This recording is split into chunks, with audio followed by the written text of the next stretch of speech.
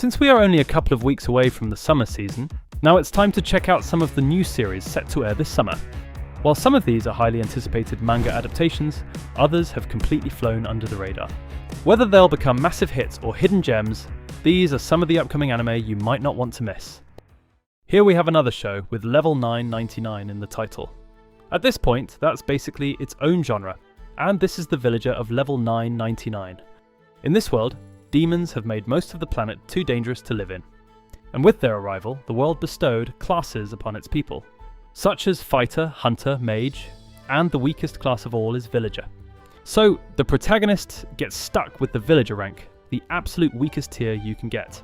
However, he grinds the system so hard that he hits the highest level that no one had reached before.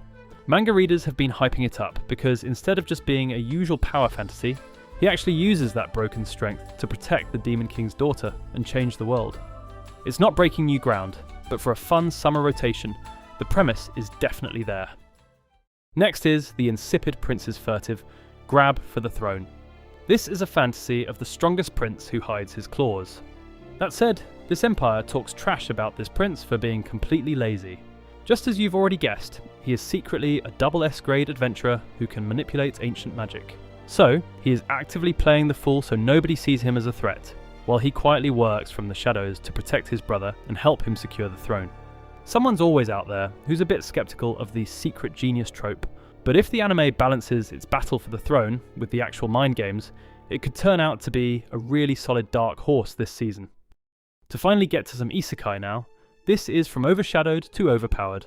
At first this seems like a typical fantasy anime, but there's actually a double reincarnation twist to it. Our main character is first reincarnated from modern Earth into a fantasy world, where he spends his entire life trying to become a great mage. Unfortunately, he has no talent for magic and ends up dying full of regret. Then he wakes up 400 years in the future with all his past memories. But while he was gone, the world's magic system heavily declined.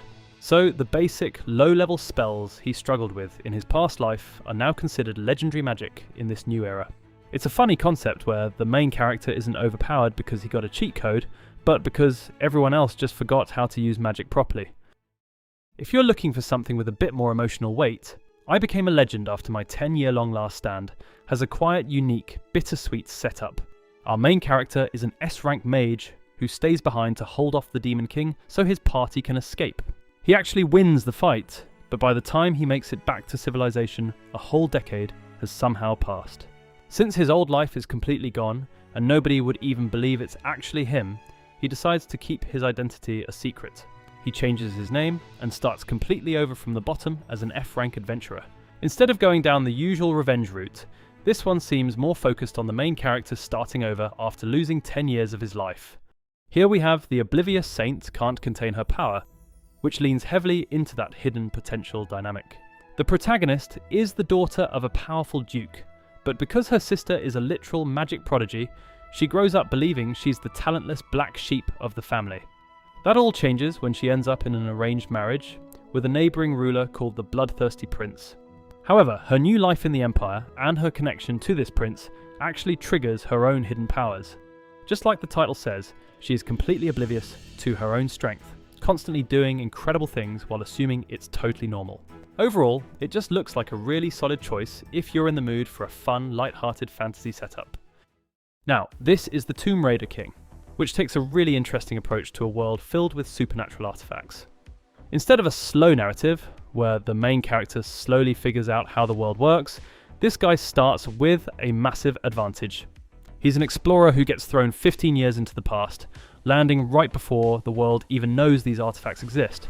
Because he has total knowledge of the future, he knows exactly where every god tier item is hidden and how to bypass the traps. So instead of trying to be a traditional hero who saves the day, he basically just uses his knowledge to rob his future enemies before they even know what's happening. That's pretty much it, and it's a bit more fast-paced and calculated than the usual fantasy setups.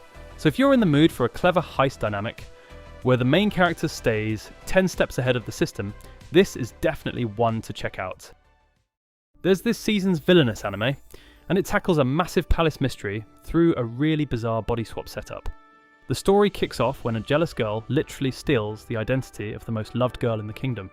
But that plan completely fails because the girl she swapped with has a terrible illness and is constantly about to faint. On the flip side, our actual protagonist gets stuck in the body of the hated, exiled villainess.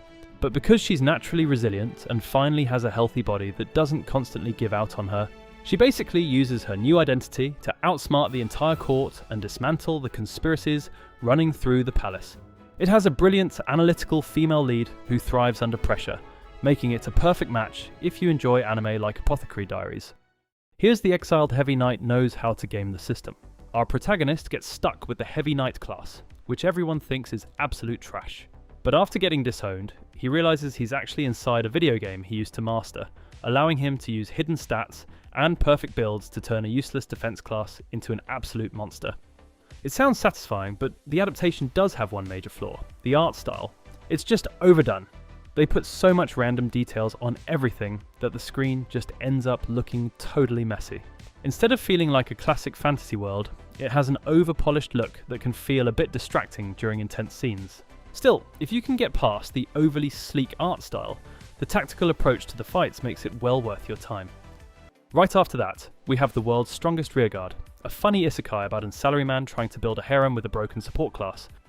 Then there's Red River. Now, this is a classic fantasy about a modern girl trying to survive in ancient Egypt after being worshipped as a literal deity. And finally, A Livid Lady's Guide to Getting Even. This is a revenge story about a noble girl trying to destroy a kingdom using 7 forbidden magic books. So, that's pretty much it. But there are actually a lot more upcoming titles that didn't make it into this video, so make sure to keep an eye on them as well. Drop a like if this video was helpful, and if you want to discover more anime like this, make sure to subscribe. Also, let me know in the comments which one of these you're actually adding to your watch list, and I'll catch you guys in the next one.